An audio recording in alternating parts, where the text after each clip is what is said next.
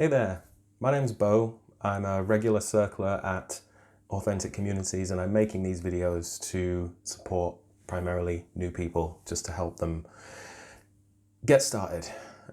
This video is about what to expect in a circle or the structure of a circle. I'm going to talk about how circles are generally organized, the different types of circles there are, just so hopefully it gives you as much familiarity as possible. Save you not understanding things when they're happening, possibly, hopefully. So generally a circle is maybe an hour to 2 hours long. On Authentic Communities, the daily circle, daily morning circle is, it's about, how long is it? It's about an hour or so. Anyways, the way it tends to work is there is a kind of setup period at the beginning that can last 15 minutes or so. It's a period where people are invited to arrive in the space, settle in. Sometimes there's a practice of, say, breathing or connecting to oneself, just to kind of arrive fully in the space as a group.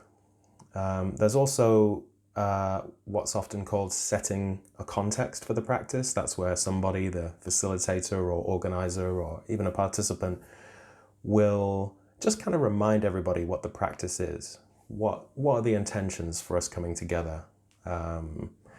What's the length of this circle going to be? And just kind of setting a container, if you like, so that everybody's on the same page for the practice.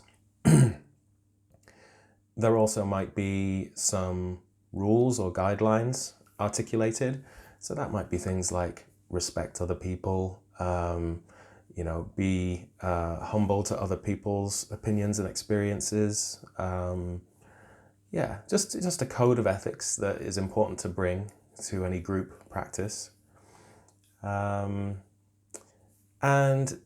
usually after that kind of start, the circle begins.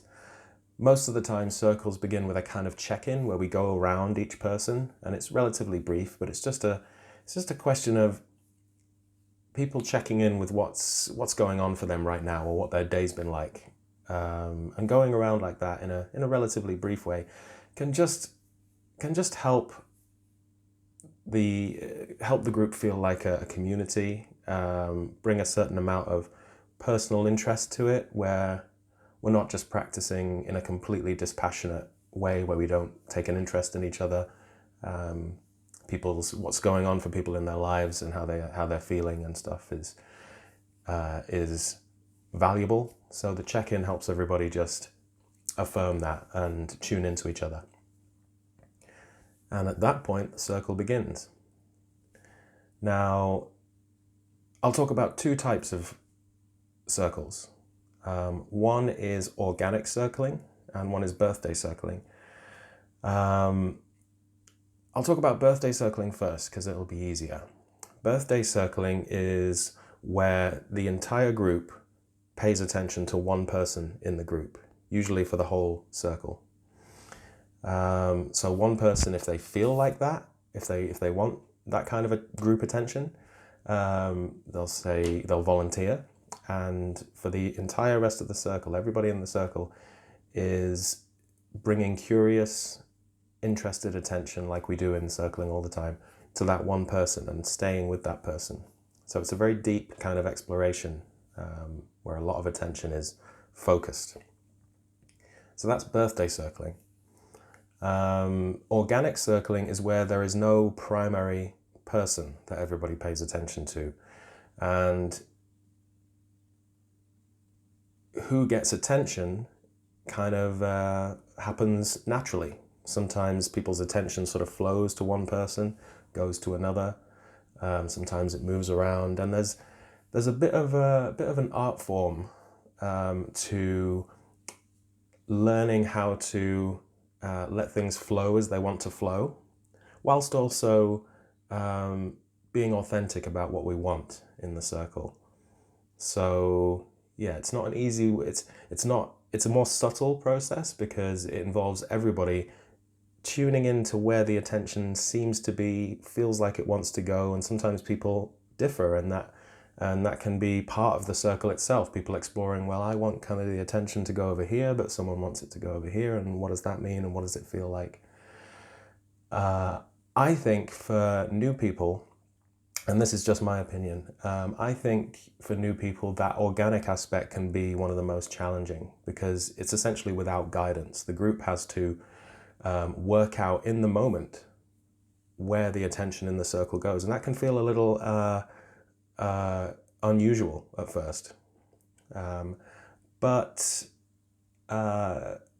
it is an art form, like I say. So I sometimes struggle with it. I've been circling a long time, and sometimes, you know, I struggle with it because it's a subtle thing. But I would, if I was to give any advice, I would just say practice going with that flow and try not to resist it.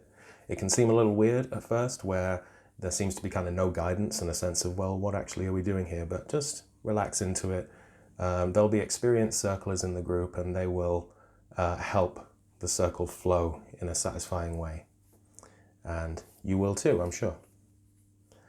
So that's what to expect in a circle and the structure of it generally, and also a couple of different types of circles.